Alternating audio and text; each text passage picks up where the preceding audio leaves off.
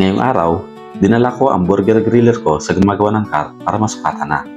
Excited ako kasi unti-unti nang nabubuo ang simpleng pangarap ko, ang makapagpatayo ng sarili kong burger stand.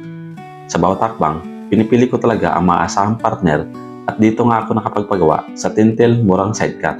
Bakit dito? Una, sulit ang presyo nila. Kung naghanap ka ng affordable pero pulido at maayos ang gawa, ito ang tamang lugar. Maganda ang pagkakagawa nila ng sidecar at carts, kaya talagang kumpiyansa kung dito ipakustomize ang burger cart ko. Pangalawa, sobrang dali nilang kausap. Makikita mo talaga na iniintindi nila ang bawat detalye ng kailangan mo. Hindi sila basta-basta lang gagawa. Talagang gusto nilang masigurado na magiging functional at maganda ang kalalabasan. Dito lang sila matatagpuan along highway ng Capas Tarlac. Kung mapapadaan ka rito, sigurado madali sila mo hanapin. At sa totoo lang, sulit ang pagpunta ko rito. Hindi ka magsisisi dahil kita agad ang kalidad ng serbisyo nila. Alam mo, para sa mga kagaya kong nagsisimula pa lang, mahalaga ang bawat desisyon.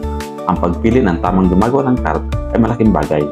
Hindi lang ito tungkol sa pagtitipid, kundi pati na rin sa kalidad ng resulta na tatagal sa araw-araw na operasyon. Ngayon, hinihintay ko na lang ang final na sukat at design ng cart. Ang sarap sa pakiramdam na unti-unti mo nakikita ang pangarap mo nagkakatotoo. Isa itong patunay na sa tamang plano, taga at tamang tao, makakamit mo rin ang mga pinapangarap mo. Sa susunod, ibabahagi ko naman ang progress ng burger cart nito. Abangan nyo at sana ma-inspire din kayo sa kwento ng simpleng pagsisimula. Tandaan, tuloy-tuloy lang tayo. Malit man ang hakbang ngayon, mahalaga pa rin ito para makarating sa tagumpay. Bye-bye!